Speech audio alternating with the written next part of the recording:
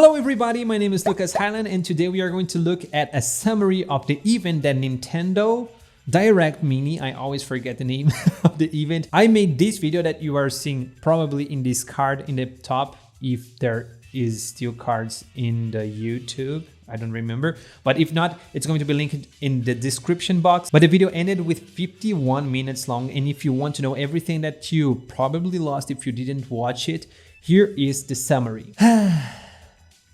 The Nintendo Direct Mini. If you want a quick review, it was a boring event for me, at least, with most of the announcements made were just ports of games that are not that old. So it doesn't make a lot of sense to me. In Mini, seriously? You had 26 announcements in this event. 26! Among DLCs, new games, and ports. Lots of ports. These were the ports that were announced in this event. Mega Man Battle Network Legacy Collection. It is a game from the Game Boy Advance. And guess what? We are expecting lots and lots of games coming to the Switch from the Game Boy Advance. But Mega Man, I bet it's not among the top ones that people are asking for. Why don't you just bring the freaking Pokemon games to the Game Boy? Please, we would pay for it. Pac-Man World Repack. It's a remake slash port because it's a game that used to be a thing. Now it's not anymore, but they want to make more money out of it. Just another thing that people just don't care. Live Alive is a game that many people are talking about, but it's not an announcement. Nintendo already spoke about this. They're just showing it all over again. Not interesting. Now, No Man's Sky is a game that I never played. I'm very interested in the game, but the most impressive part is that it actually runs in the Nintendo Switch. Or will run. Or will it run? We will find out when it comes out to the Nintendo Switch. Now another game that's very cool, it's the collection that includes Portal 1 and Portal 2 and all of its DLCs, called Portal Companion Collection. And let's mix this comment between these in the next two games that I'm going to talk about, the other ports that's going to happen to the Nintendo Switch. One of them is NieR Automata, the version with all the DLCs with some extra costumes exclusive to the Nintendo Switch, and also the Persona 3, 4, and 5 with all the expansions, all the content to the Nintendo Switch too.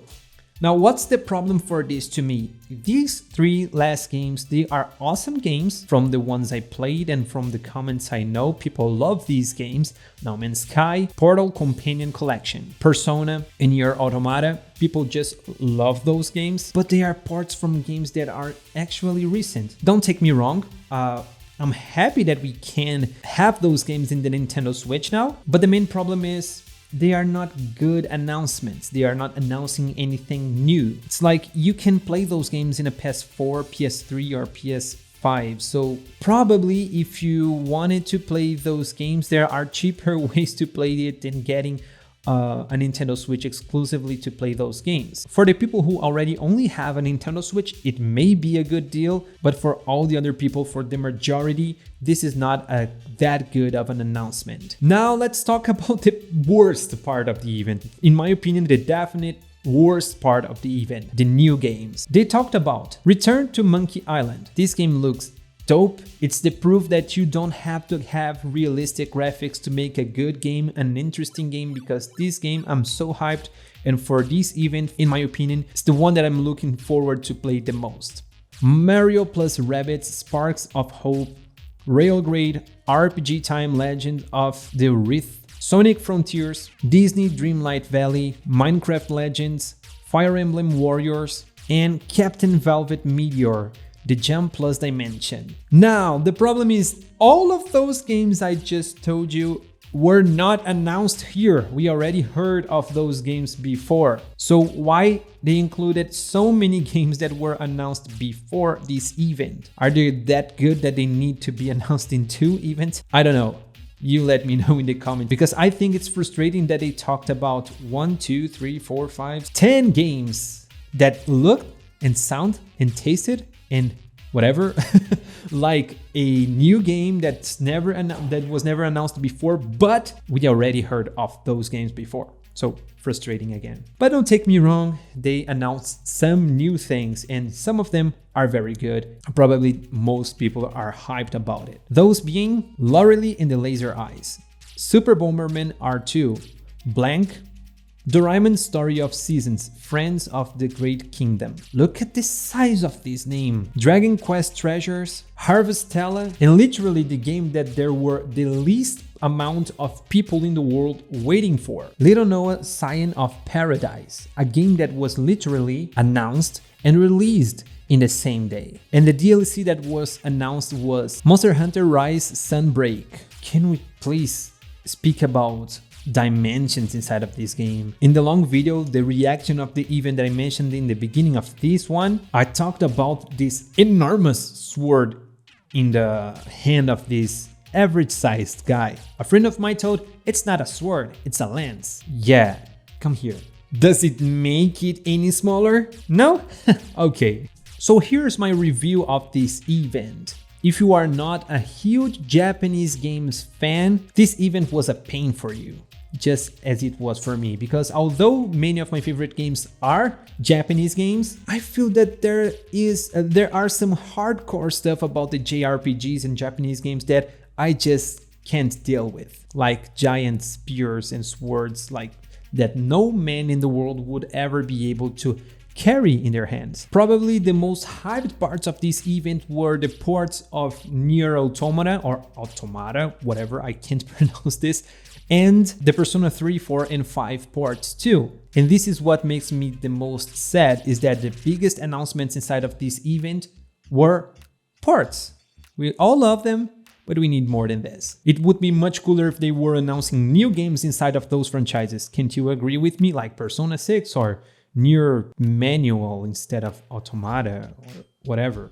Bad joke, sorry. And also there are parts of games that are not that old. This is the main problem for me, because let me check here. I'm sure that NieR Automata is a game that was released in 2017. So you probably played it very recently, or you could play it whenever you want without having to own a Nintendo Switch. And Persona 5 was a game that was released in 2016 for the PS3 and PS4. So if you are looking for the most affordable ways to play those games that are old, but not that old, are in that weird spot that I don't believe that they would need a port, because these are not remasters, these are not remakes, they're just ports. Also, the announcement of Dragon Quest Treasures. It's a big thing, it's a big deal. Everybody loves Dragon Quest, but again, a Japanese exaggeration franchise. But I'm not gonna judge, it's a cool game, lots of people love it, and it's a welcoming announcement.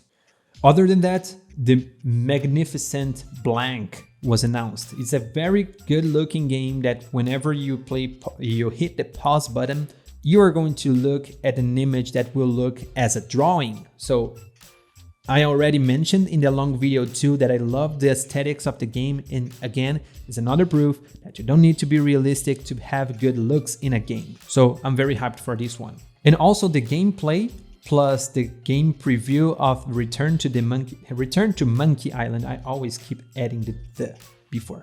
Return to Monkey Island. That again, it looks to be the most unique visuals in a game, in atmosphere that we are going to see in the past few years, I could say, because it's so cool. The Victoria looking, the cartoonish, that seems to be something that was very well implemented in the game. So much that when we watch the trailers, we are not sure if we are looking to cinematics or gameplay inside of something that looks so unique and so interesting.